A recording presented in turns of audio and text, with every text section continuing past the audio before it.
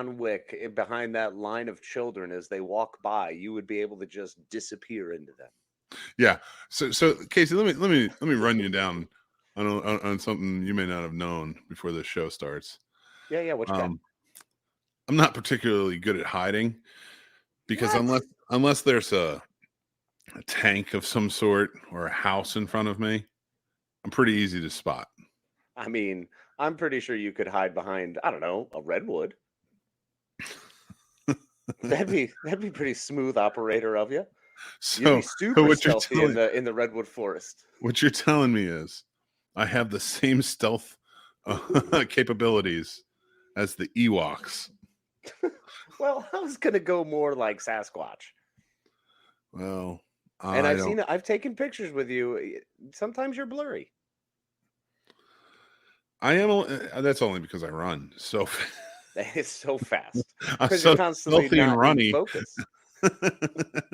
You're so stealthy, trying to escape all of your hunters. Yeah, I get it. All 18 inches of each of my feet, miss every stick in the woods every time. Oh, absolutely. There's never crunching. It's amazing how Not you're one. able to move among the leaves as if nothing more than a rustle. They let you go sometimes. Let's get this show started. Woo! Welcome to the Scene Snobs Podcast. Welcome, everybody, to the Scene Snobs Podcast. I'm your host, Mick Manhattan, joined as always by my co-pilot on this magic carpet ride called life, the man, the myth, the legend, Casey the Man Plot. How you doing, buddy? I am marvelous, my friend. Thank you so much. A pleasure as always to be here with you, alongside and back on our live streams with all the folks in the world. Yeah, Singapore is happy again. We are returned. Singapore, for some reason, really loves us, which is great. We love Singapore. Invite us out. We'll come. I'll go to Singapore. Yeah, in a heartbeat. If I'm a celebrity in Singapore, I'm in. Dude, I'll do live events there. I'd even move there. I don't care. I ain't afraid of no ghosts. It's gorgeous. Hey, Ron Lippett's here. What's up, man? What's up, Ron? Pleasure to see you, sir. Marin von Lippy Pants. And I love when the Snob Nation comes out. We love all of you because why is the Snob Nation the strongest community around? Because of nuclear warheads? Because they travel in style, my friend. And what do they travel on? They travel on the thing. It's this ship, right? And okay. It's what's the strongest ship in the fleet, my friend? Well, it's friendship, and it's amazing that it took you that long to get there. It was amazing that we actually got to see the process going. Oh my God. This first beard comment. 20 years younger, absolutely. I forgot I shaved it until he just reminded me.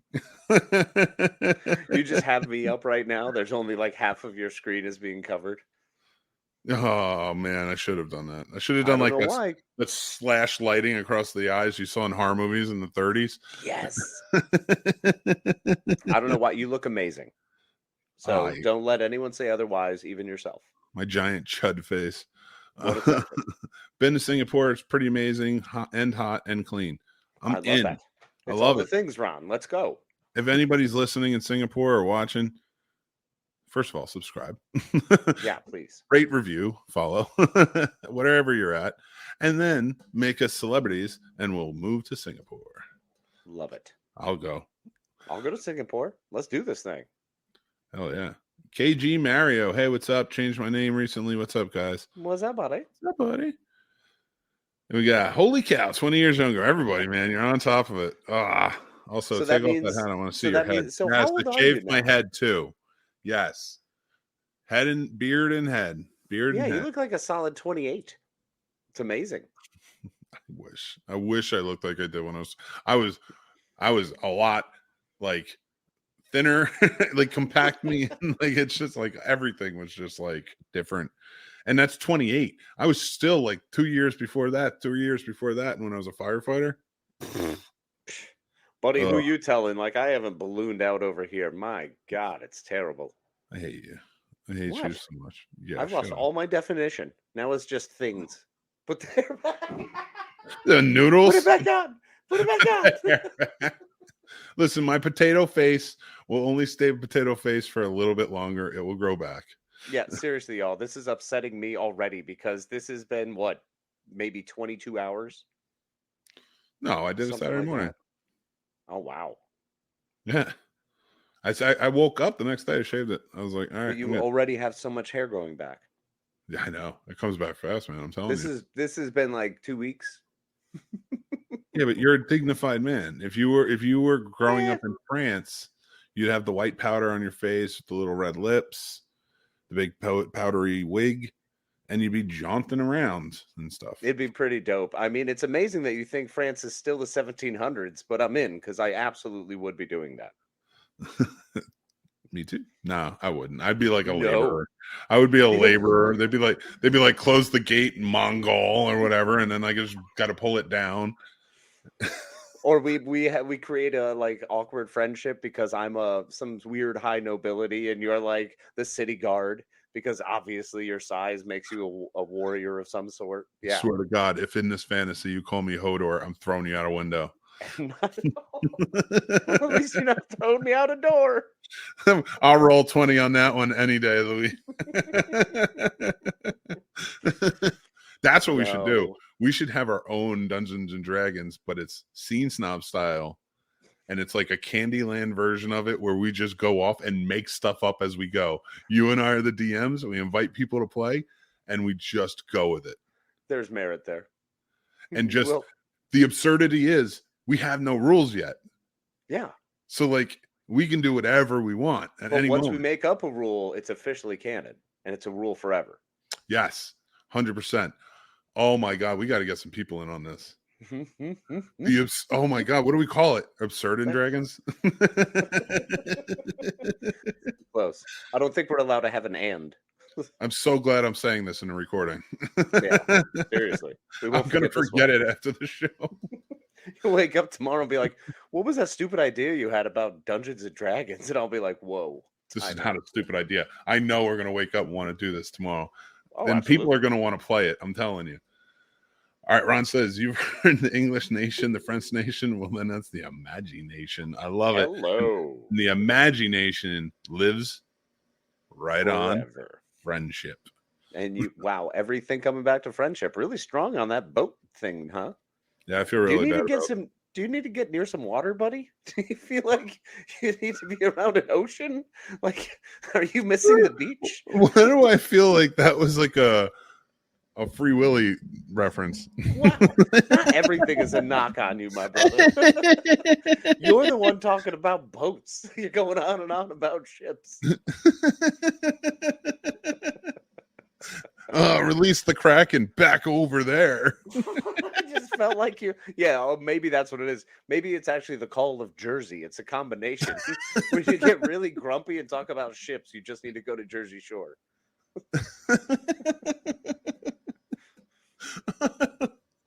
There we go. We figured it out, Mary. Oh my God. We've got a cure. Oh my God. Well, take that hat off again, Mick. Mick looks like Leonard Lawrence private pilot. Oh, that hurt my heart so hard. Oh my God. I actively was called Joker when I first started bartending. My very first shift, my very first night, my very first customer called me Private Joker. So I guess it fits. You know, I met him, right? Which one? Matt Modine? Matthew Modine. Yeah. In 2019, right before everything went to hell. Mm-hmm. It's 2019. When we were on the brink of World War III. They were simpler times. Such simpler times. Back when Andy Dufresne was my friend. Cuts at me walking to you on a boat. There's just me working on a boat. I look up and just smile. I knew he'd make it. So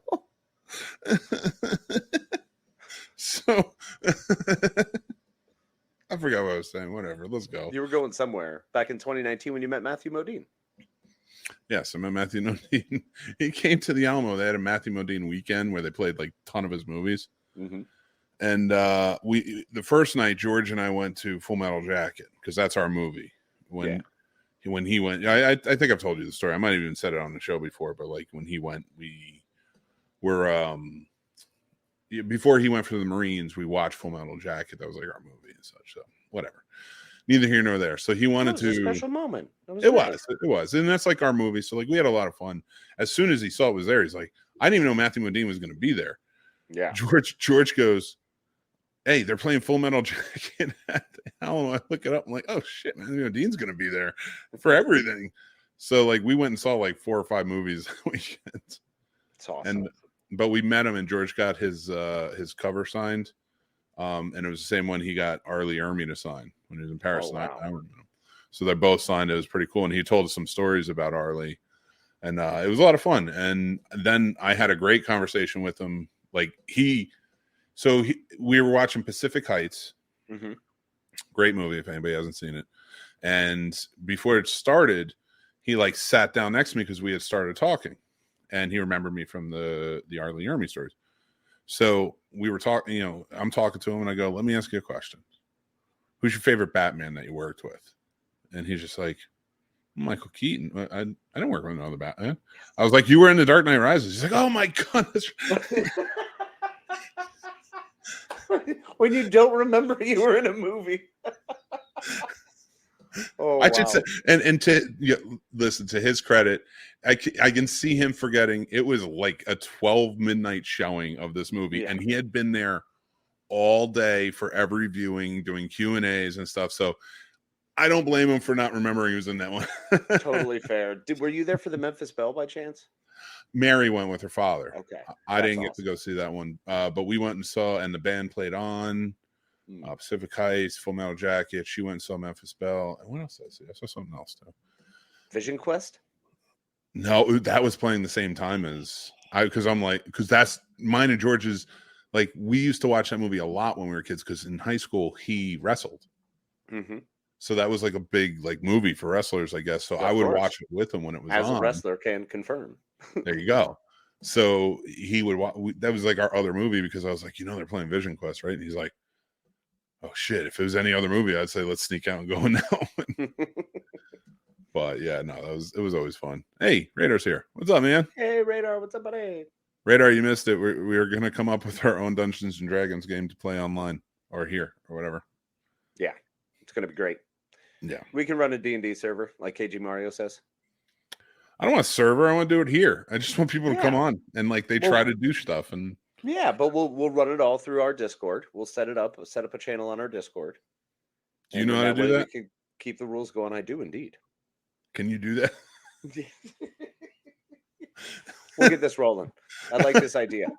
I can't wait for us to be like a 4th level podcaster versus like, oh gosh, what if we get like Phil Better? What if we get a mogul who becomes like a mini boss? Yes. Oh my God. And that's the best part. Is it all podcasting? Of course not. This is Absurd and Dragons. Because it's also gonna have like Jaws characters. Because Quint will be there. Quint will help give us a ride when we need to be ferried from the island. Which island? Yes. Island Nublar. Come get some. That's what we're gonna call it. We're gonna call it Absurdity and Drag. No, I messed it up again. You keep going back to it. No, absurd. We'll call it like Absurdity and Krakens. Yes. More mythological beasts come on in. And then we'll just get a plane going. But it's just us making shit as we go. We're gonna be like Dumbledore at the end of every school year and just be like, you get 7,000 points. Hey, you cleaned up a spot in the bathroom. You get 4,000 points. What? And always make them win by 1 point more than that team that actually earned all the points. Exactly. He was the worst wizard, man. And speaking of other heroes. Well, he just played favorites. I mean, everyone's saying that he was unbiased. Nah, man, he leaned hard one way. That's cool. It worked out in the end, destroyed evil. Did he, though? He died. I mean, he helped it. He ferried it in. Didn't Obi-Wan die? Come on. Dumbledore. Pain in the ass. He's a very heroic moment in movie action, man. When he sacrifices himself and lets himself get blowed out the window. You're a terrible human being for this, because I can't. That's not I'm going to piss off so many people by talking about this. I'm not a big fan of the Harry Potter movies, and I don't like to say that lightly because my kids are fanatical about them, and they'll kill me if they hear that. They'll only see this in another 4 years. It's fine, and they'll still be fans. Oh yeah. Well, it's not going to go away. I mean, it's there forever now. I know. It's too late. And now they're making a TV show, so it's like, oh, great. Now we're gonna, and it's like it was like a TV show that got like a guaranteed 10 seasons. What? It was something like that. I have to go back and look, like, because I'm pretty sure they said like they're guaranteed 10 seasons to tell this. Because it's Harry Potter. Is it going to go wrong? Probably not. Are you kidding me? Did you see the freaking Fantastic Beasts movies? They can go wrong. They could go very wrong. I liked them, actually. I didn't dislike them. I just didn't think they were as good as captivating as the Harry Potter ones. The Jellicoe effect. Here, no, I'm going to tell you exactly what it is. You can't just yell Jellicoe effect. Jellicoe effect. That's a new rule, and this goes for D&D and real life. For our new game, we got to find a thing to call it other than D&D, because I'm pretty sure Wizards of the West Coast owns that Joker. No, no. Oh fuck, does it? Wait, Absurdity and Krakens. Snobs and Krakens. You can't call it Absurdity and Krakens? I like Snobs and Krakens. Because it ties us directly into it. Okay. Snobs and Absurdity is just a word. I know, but I like it. Much like chaos. No. So hear me out. Jellicoe effect. And it is in, because here's what it is. It's the first time I ever coined the phrase, right? Was not tonight. No. I don't want to let go of like who our interview was earlier. So I'm just going to say the person I was talking to earlier, right? We were talking about Star Trek, and we talked about the Jellicoe, because we were talking about a certain character on the new Picard and why people didn't like him or her. Why people? Wait, why is that different? Okay, so I'm trying to figure this out without telling anybody anything. I'm bad at secrets. I'm always bad at secrets. Never give me a secret. I'm terribly. They're not even going to hear that part of the conversation earlier, you dick. So, all right. The Jellicoe effect is basically this: when you don't like a character that comes onto a show, an established show that you like, right? That is, it's a Jellicoe effect. It's because they may be right. They may be doing everything properly, nothing wrong, not treating anybody bad. They may be a good character, but you think they're bad because they're challenging people you like. Yep. And that fits into life. So Jellicoe effect. It's pretty damn good. I like it. That's strong. Thank you. Okay. Well done. I'm glad. Oh my God. Kathleen, go away. She's going to go watch tonight. Mixed face. It's so facey. Don't worry, it's coming back. Just give it another hour. At the end of the show, he may in fact have his part of his beard back. Sometimes you just got to shave your beard, whatever. Yeah, absolutely, I've seen everyone do. I feel so naked though. I feel stupid. I feel like I hate my giant potato face. You are not stupid. You don't have a giant potato face. You're a beautiful hunk of man. And Dude. I will not let you continue to put yourself down when you just need to sometimes shave. Yes, definitely. You are able to do a lot more when you have your facial hair because you can do so much with it. And you do so much with it. But don't be down on yourself when you don't have it. That's all right, buddy. You're still you. It's 2-1. Kathleen thinks I'm ugly too. So.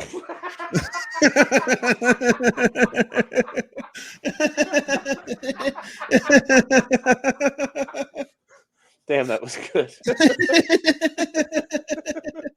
That was funny. That was good. Oh man. I want to talk hero moments. That was a pretty damn good. That was a pretty damn good topic that I thought of. And it's a very good. I segued us to it. Oh, you did. That's right. my apologies. So that's where the title of this episode comes from. I'm tired and I want to go to bed, from Jaws. Mm-hmm. Their big like heroic moment when he tells the story, but they sing the song at first. I'm tired and I want to go to bed. So, had a drink about an hour ago and it went straight to my head. So I'm sure Universal owns that. Let's not screw around too much. So, watching, when I was watching. So I definitely shouldn't talk like this anymore for the rest of the night.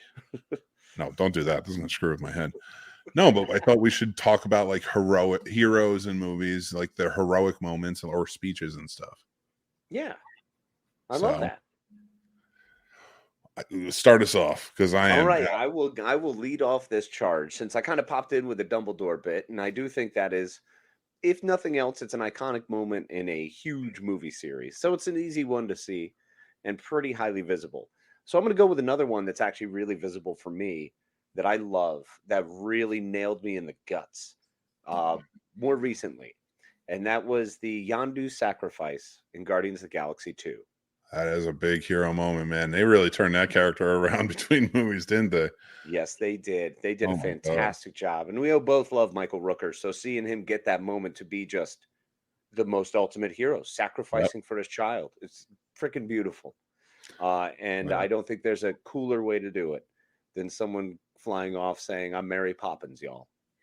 Oh, I beg to differ.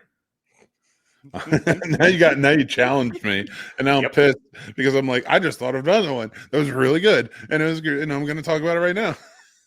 What you got? So my hero is Kathleen for saying that I didn't say you're ugly. It's just uncomfortable. See?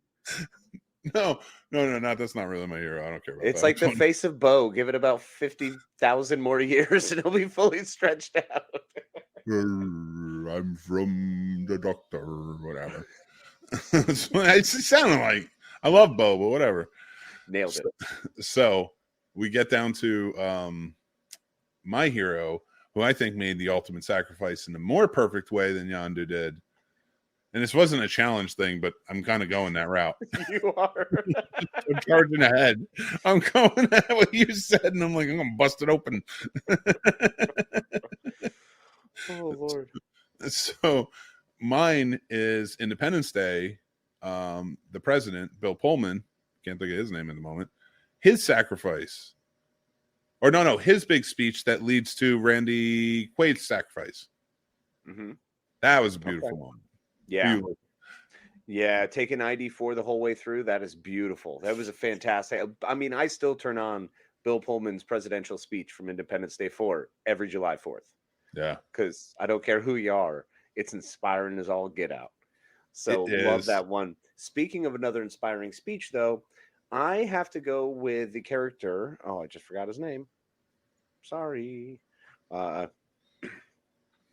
John Keating from Dead Poets Society, played by Robin Williams, standing on that desk and singing, "Oh, Captain, my Captain," was absolutely amazing.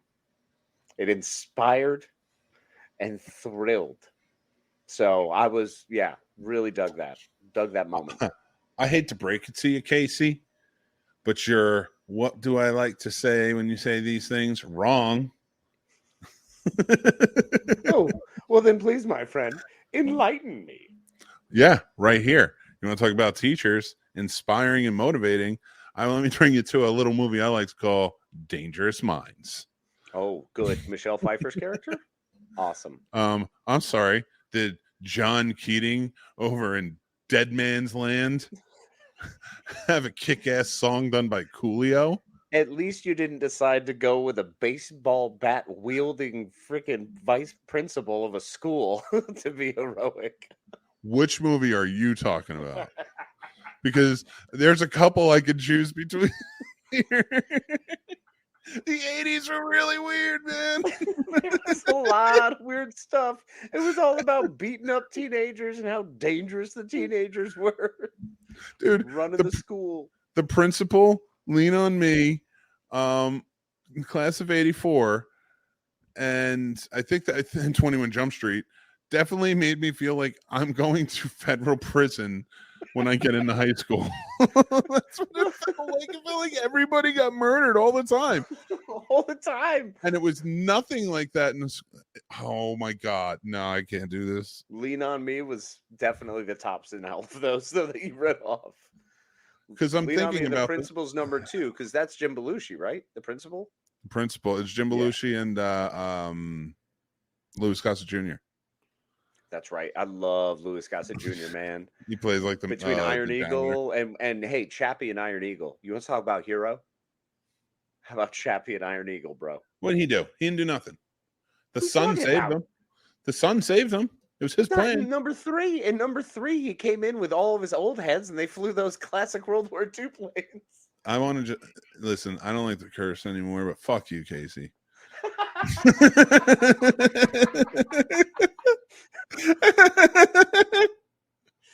That was amazing.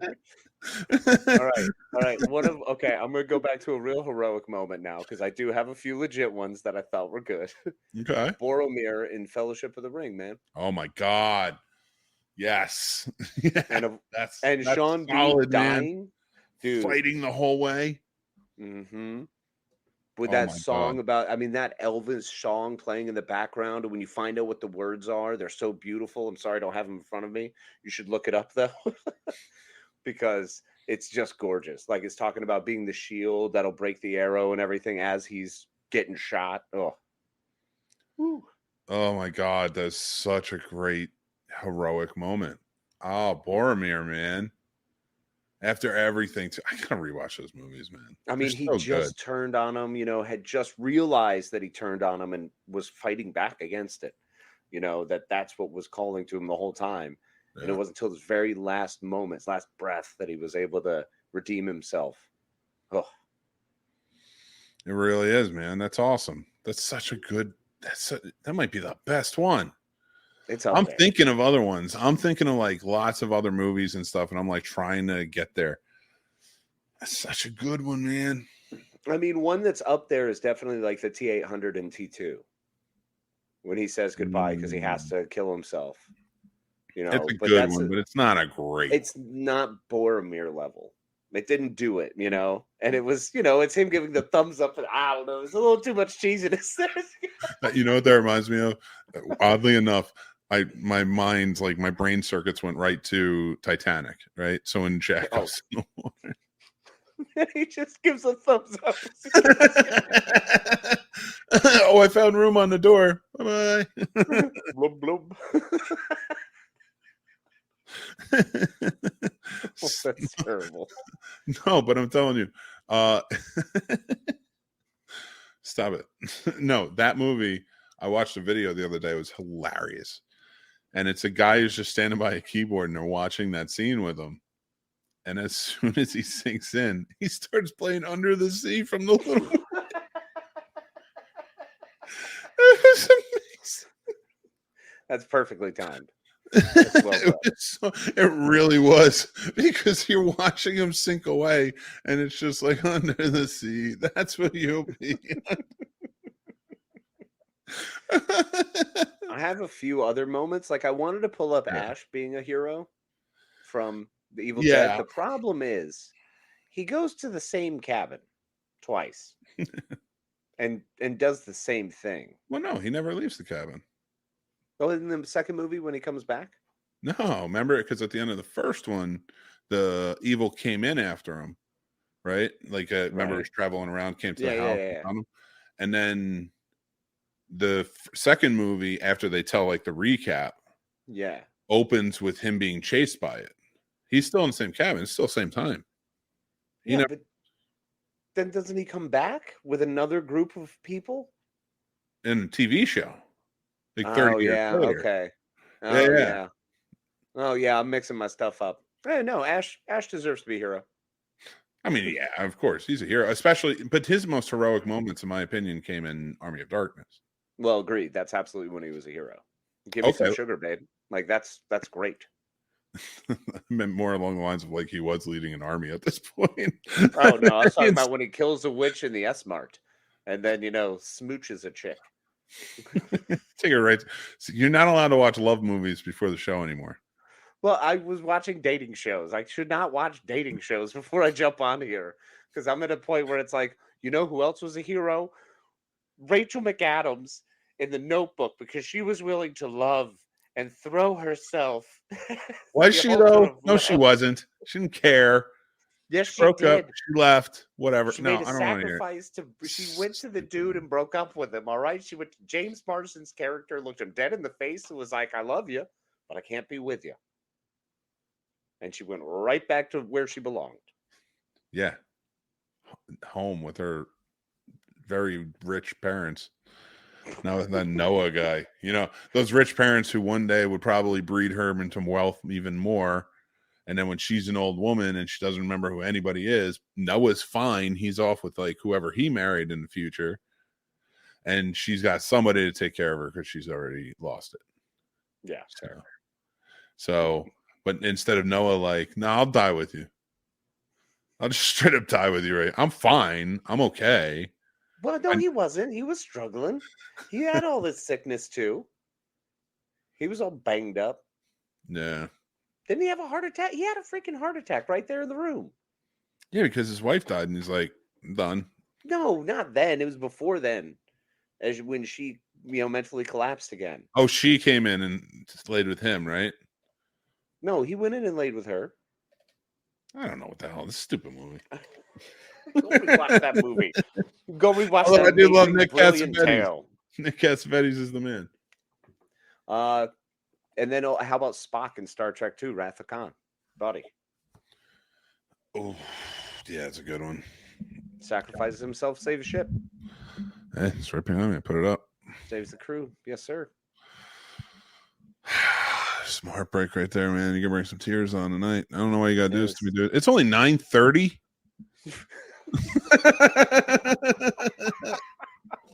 I love you, but I feel like we've been talking for like 3 hours. Oh, wow. Well, we have been talking every day and have lots going every day. No, I'm not saying it's a bad thing that we're talking. I'm just saying it feels like we've been talking for like 3 hours. So are we going to mention more of the MCU? Because there's two big ones that I feel like... I don't want to mention the MCU. No, I want real hero moments. I want small soldiers type hero moments. Like Frank Black in Bloodsport? Frank Dew was his name. Oh, sorry. Oh my God. I love the end scene when he walks in on his buddy and he's just like, anytime, anywhere. Yeah. I'll be there. It's just like, it's the craziest scene because he gives him his bandana back. Have you ever heard the meowing in that movie?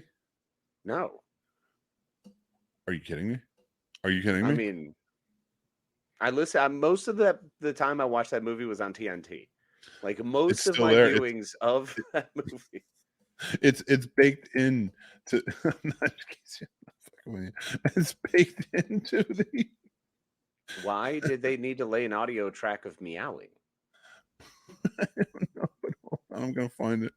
I'm gonna find it and I'm gonna play it for you. Just give me a sec. Hold on. So okay, hold on. All right. Well, while you're doing that, I've got another great hero. That's probably way better. Yeah. Keep talking. Harry Stamper in Armageddon saves the world. Now somehow Bruce Willis saves the planet. Smug. Bruce Willis is so smug in that movie. It's not heroic. He was just like, you know what? I'm stubborn. You're not going to die from my little girl. I'm going to die from my little girl.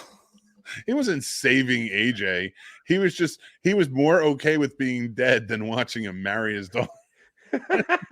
That was a safer outcome for him. He was like, I'm better off with this. I don't want to have to deal with this crew when they get back. I don't want to deal with any of the fanfare. I'm just going to be done.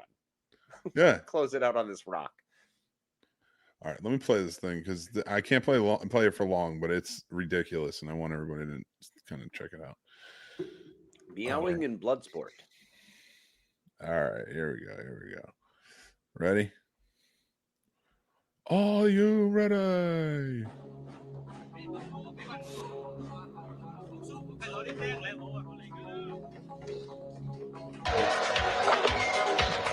Watch this, Frankie. I'm going to show you how it's done, buddy.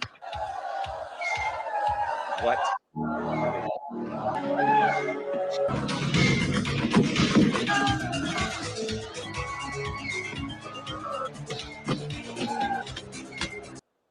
No, it's what is that?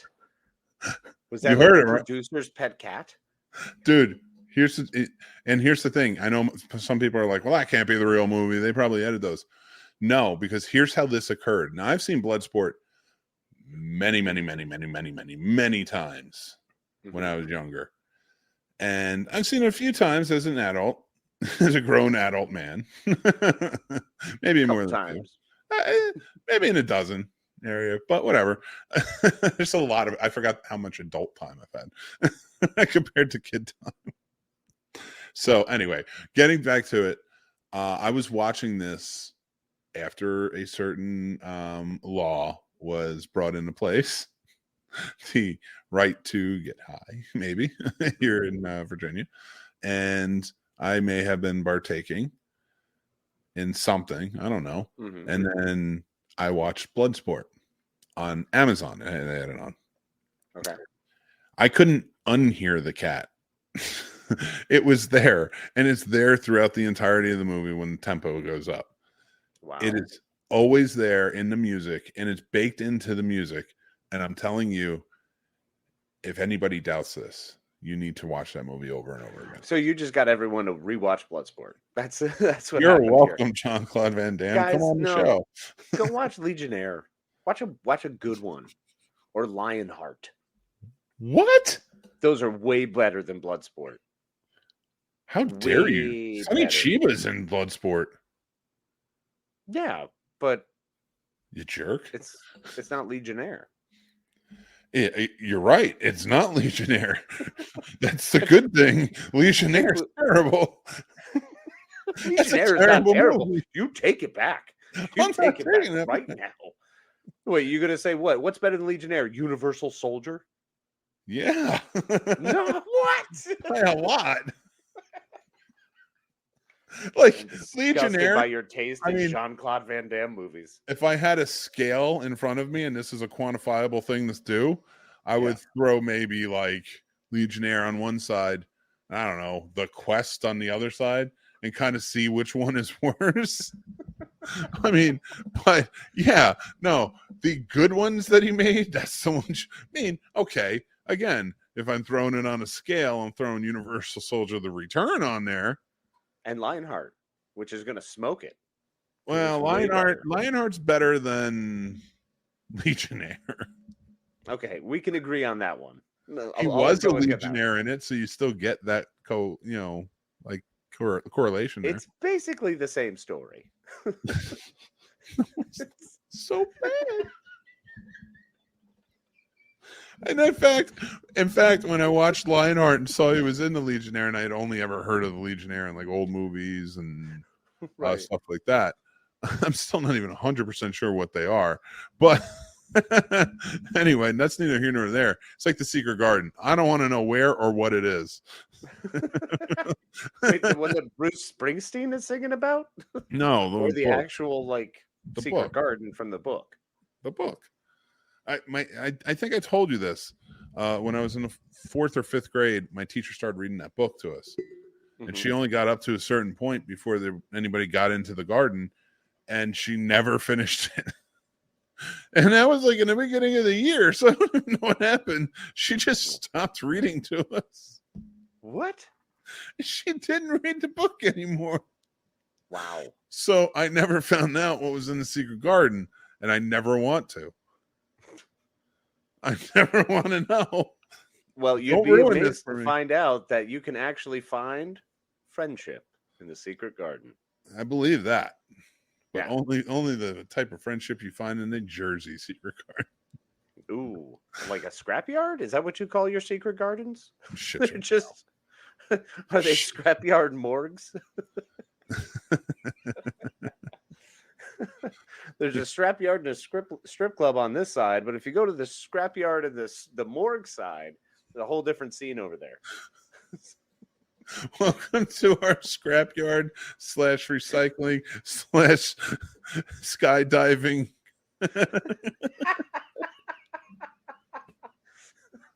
Welcome to New Jersey. Welcome to Jersey. How far are we? You're just in Trenton. You've only just begun. Don't go to Trenton. Hey, One of the worst. I had in-law family in Trenton. Oofed. I'm sorry about that. Yeah, one of our uncles. Wow. Yikes. Oh my God. Man. So, Great times. not a hero. Not a hero. How about Steve Trevor in Wonder Woman? He was a human. Oh, what did he do again? He like flew a plane into. He went all Captain America on it. So the one that just said Captain America. But because we were avoiding. I thought we were Marvel avoiding all of them. heroes. Well, no, but Steve Because then Trevor's a Superman dude. wins every Well, time. no, but it's in Wonder Woman, and he's a human in the superhero movie. All right, fair. I'll That's do the it. only reason he gets any, credence at all. Dave Gregory, that's a good choice. I picked that earlier. We were talking about that. Yeah, he did. Yep. Hi, Dave. How are you, And buddy? Radar, thank you for the Evil Dead clarification. I always appreciate it. Oh, there I are need to parallels rewatch to that show. realities confirmed by the show. Okay. Oh, it's lame. I don't like it. I like it as a continuation. How do we feel about Father Karras in The Exorcist? Was he heroic? No, he's doing Or it. was he clumsy? No. We're not giving. I'm not getting. No. Not the actor, just the character. I'm not doing it. I'm not giving any heroic credit to any priest. I'm sorry, it's not happening. I don't care. Fair enough. And my war with the church goes on. Continue on. Oh, dude. Nada from They Lived. One of John Carpenter's most brilliant heroic characters is Roddy Piper as Nada with his sacrifice at the end. I don't know if I saw that. What? Which one was it? They Live? What's that? What movie is that? But the one with the glasses, where when you see the glasses, you see all of the aliens and Obey and like all of that. Like the Last Starfighter? No, like the one where then they have a massive fight out like that where they smash themselves. He and I can't remember. Keith David are throwing each other all over the parking lot into cars and everything like that. You're gonna make me come over there and make you sit down and watch this movie immediately. You do not know They Live? Who directed it? Oh my god, John Carpenter. What are you talking about, dude? What are you saying right now? They Live. What? With Roddy Piper. I'm trying to think. I knew there was like a Roddy Piper movie where he was fighting like dead soldiers or something like that.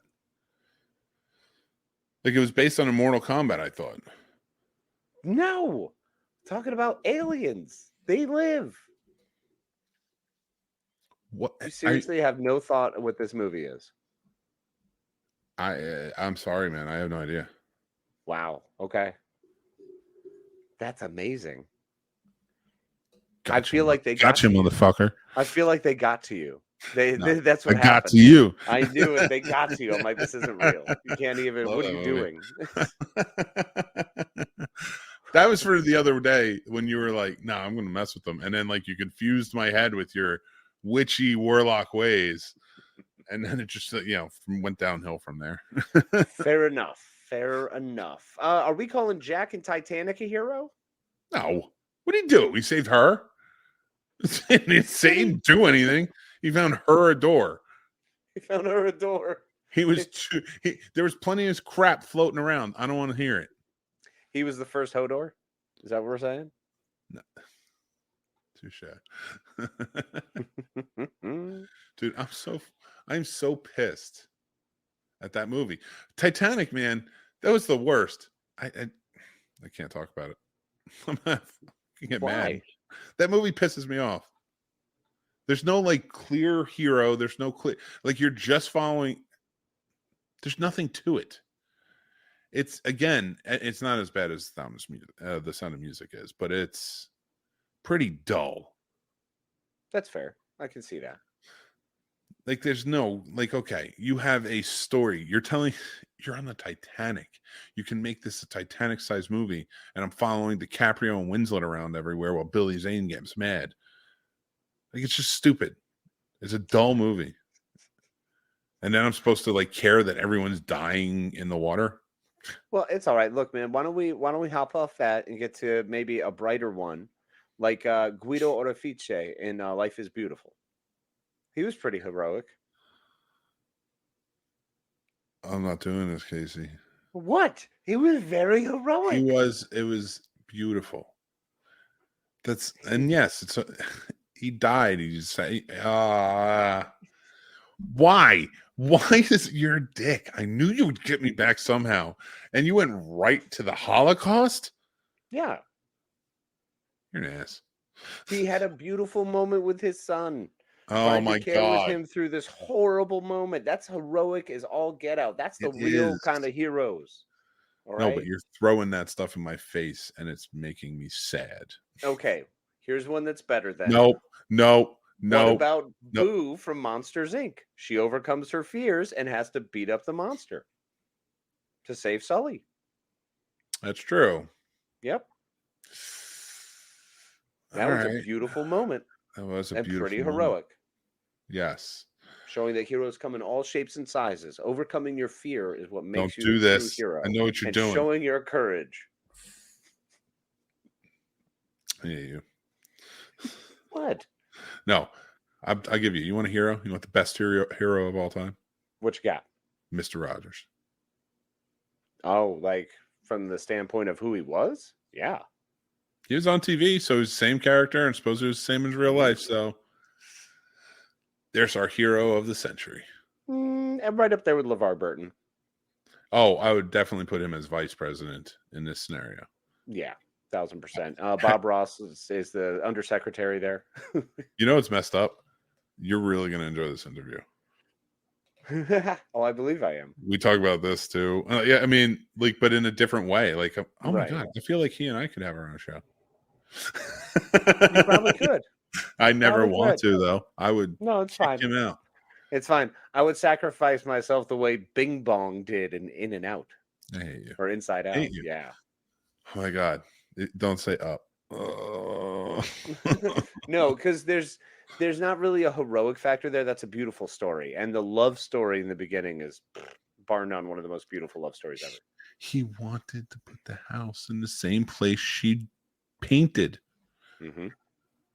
Casey, that's kicking me in the heart, man. That's kicking me in the heart. Almost as bad as Bing Bong. You just gotta believe. I hate you so goddamn much. Why do you do this to me? All I did was pretend that They Live doesn't exist. That's all you did. Yeah, sure. It was all I did. You know? Oh, man. Well, I can bring it back to some other heroes because there's some other heroes that are a little less brutal. John Rambo. John Rambo. Not a hero. Depends on whose perspective you're telling it from. That's terrible.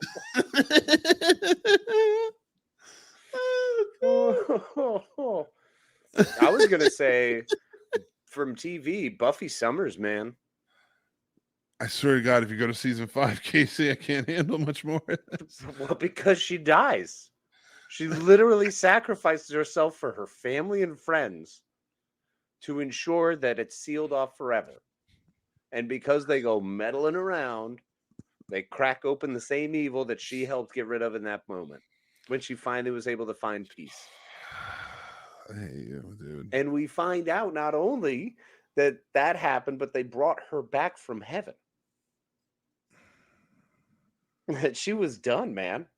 She was cashed in. She had satisfied and categorically corrected and done all the things she had to do. Why are you doing this to me? I should never picked heroes.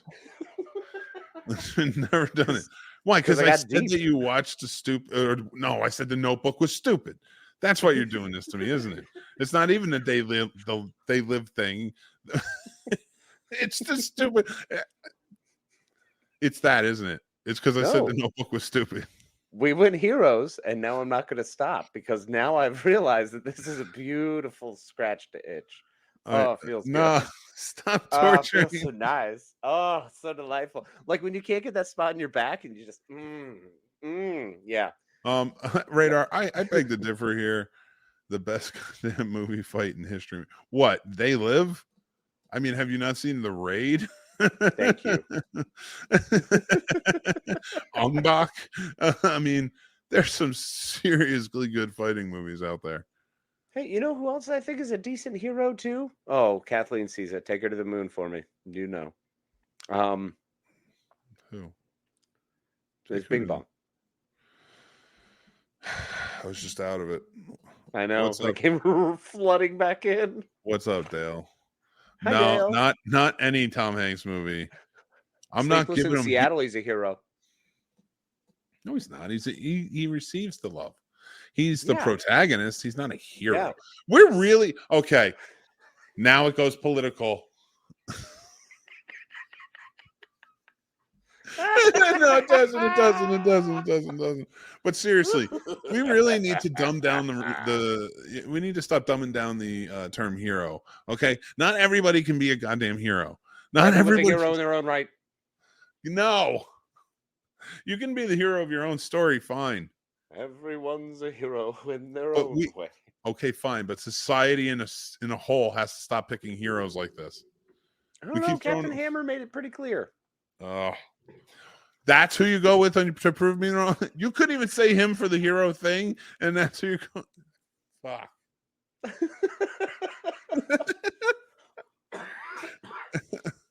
Well, I mean, he's amazing. He's a hero. I hate you. Oh my god, I am so sorry for just being gross. Hold on. It's all right. I just hate your choices in life about heroes. You're torturing me. I legit thought you just said I hate your choices in life. I did. I did. That's what I said. Okay. I said I hate your choices in life, and then I put an ellipsis on it, and then I said in heroes. Okay, nice. Because I was gonna go with Sam Beckett next, but clearly I don't know what I'm talking about. That one does make me sad though. Well, it shouldn't make you sad. I picture him in a good place. That's true. What about I don't know, the 10th Doctor? He had to go. It's his time. It was his time. Same with Matt Smith. It was just his time. Yeah. The Raggedy Man. Time to walk away after saving Christmas. It's fine. I'm okay with that. You know who I don't understand how, like, because there's an amalgamation of lists I've been digging through. I don't get how Fontaine's a hero. Who? Fontaine. The hell's Fontaine? From Les Mis. Les Miserables. The one who's the thief who was getting... They were chasing around? The one in the beginning who gets her hair cut and sings the... Oh. Yeah. Isn't she the mom of the other one? Yeah, the mom of the little girl. Yep. Dude, I don't give a shit about that play. There's no real heroes in that story. Everyone's just pretty much trash, living in a trash world. It don't have Cat Taylor Swift. I don't want to see it. Atticus Finch. He should have never lost that case. Fucking Southerners. Does it feel different now? Like, I wonder, after all these years removed, is he still a hero? He was growing up. He was considered one when I was a young lad. Who? Atticus Finch. Yeah, he's definitely 100% a hero. Okay.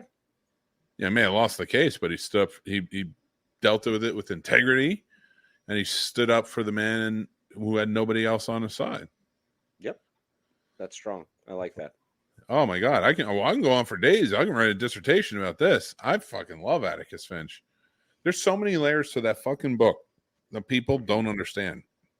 And oh my God, the beautiful way Gregory Peck just traversed through that role through the entire movie, and like who he had to be at every moment as a father, as a lawyer, as a townsman, a citizen of that town. Oh my God. That's like the integrity I aspire to. I know I'm an asshole, but that's the integrity I aspire to. Like, I don't lie, and I'm not like a I'm an asshole, but I'm not a dick. Mm-hmm. Stop looking at sad characters, you dickhead. I know what you're doing. I see it in your eyes. I see you reading. You're trying to screw with me. No. Me? Yeah, who you got? Just tell me now. Come on. Word of God. Was it really beautiful when Nemo helped save Dory?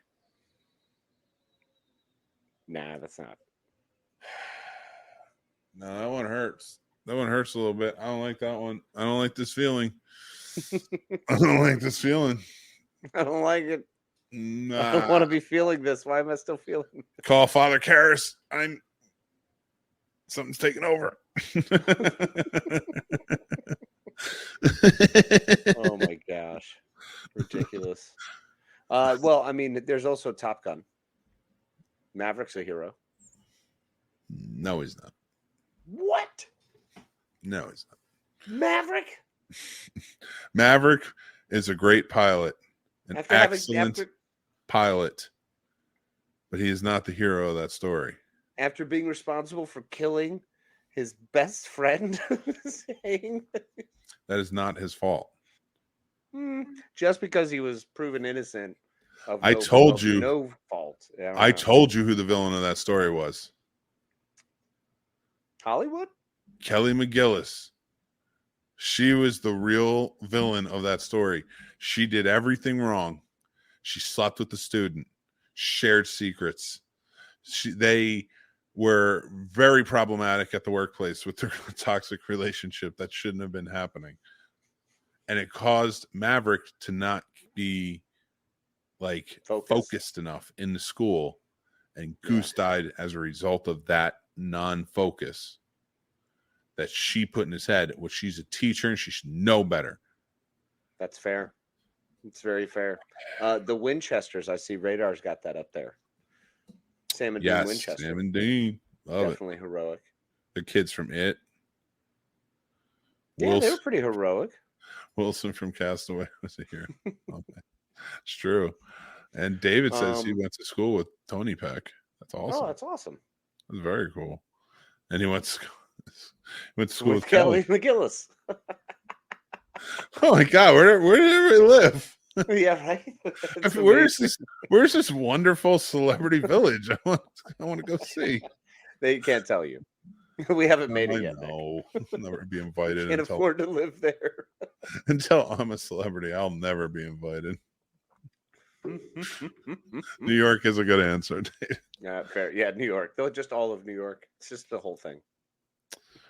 All right. I can be your hero, baby. I can take away your pain.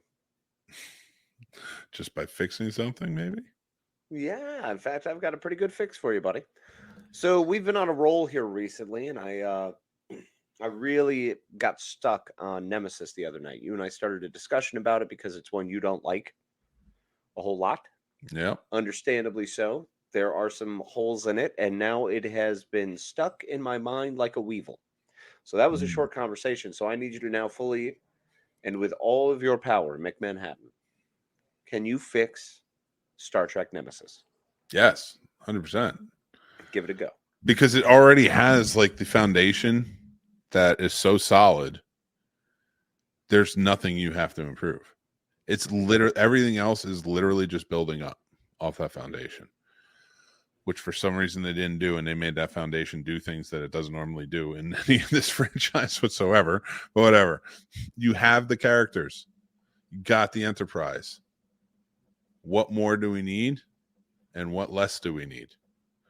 What we needed in this movie was, first of all, stop trying to be Star Wars with the action. Tone it down. Have more of the dialogue-driven, let's solve the problems situation. I don't mind the man of action stuff. I'm a Kirk guy, so I don't mind it. But you have to focus on what drives this crew. Like, how do they fix things? They've never been the type to fix things by blowing something up. You know, not saying they haven't blown things up, but that's not how they solved it. Blowy uppy has been effective, but not all the time. Yes, generally there's another way. Yeah, well, that's the thing. But like, whereas most people would be like, "Ah, shit, let's just blow it up," and then just hit the button. They were always the ones to let's think about this. That's the last thing, and if that has to come to it, we'll figure out the best way to do it. Something like that. Which, interestingly, this season of Picard did bring up. But Yeah. what happens when he gets all blowy uppy? They just wind up shooting themselves. Exactly. Yep. So watching that and watching Nemesis and seeing the direction they wanted to take it, because again, we were very lucky with Insurrection. It came out in 1998, a year before Phantom Menace came out. So once Phantom Menace came out, it just propelled to like everything's got to be like Star Wars right now. And even that, I think Nemesis was like the biggest campaign of like figures they were trying to put out.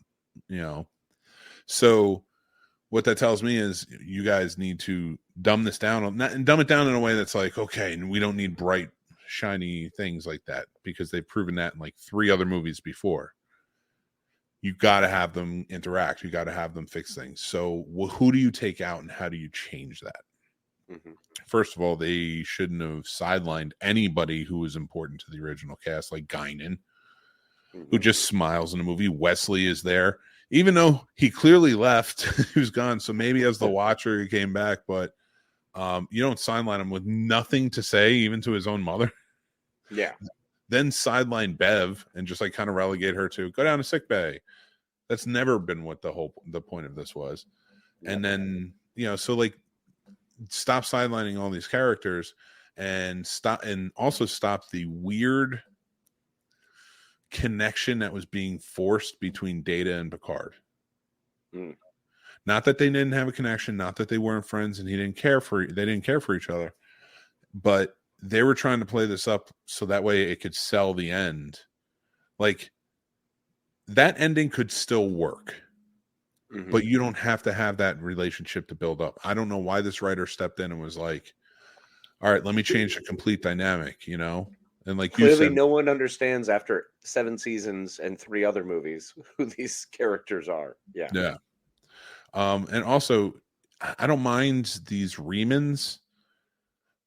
And even if you want to do a Picard, clone sort of situation, like fine. But it's just so much the dune buggy scene, all this stuff. Like it's just so much action, and putting Picard and Data at the center of all of this, I think was just wrong, because the A story and the B story were literally the same exact story, and they're just mirroring each other, and it just doesn't work. It's just a setup to have another Data there down the line, so you can kill this Data, which makes no. So whatever, it makes no sense, but fine. Because Picard, but Picard would have never just been like, I don't want to put you in danger and I'm going to go. It would be, let's solve this. Let's figure this out. How do we do this? How do we go about this? And then try and figure it out before he's just like, all right, I'm going to grab a gun and shut down the transporters. I'm going over there and I'm just going to die.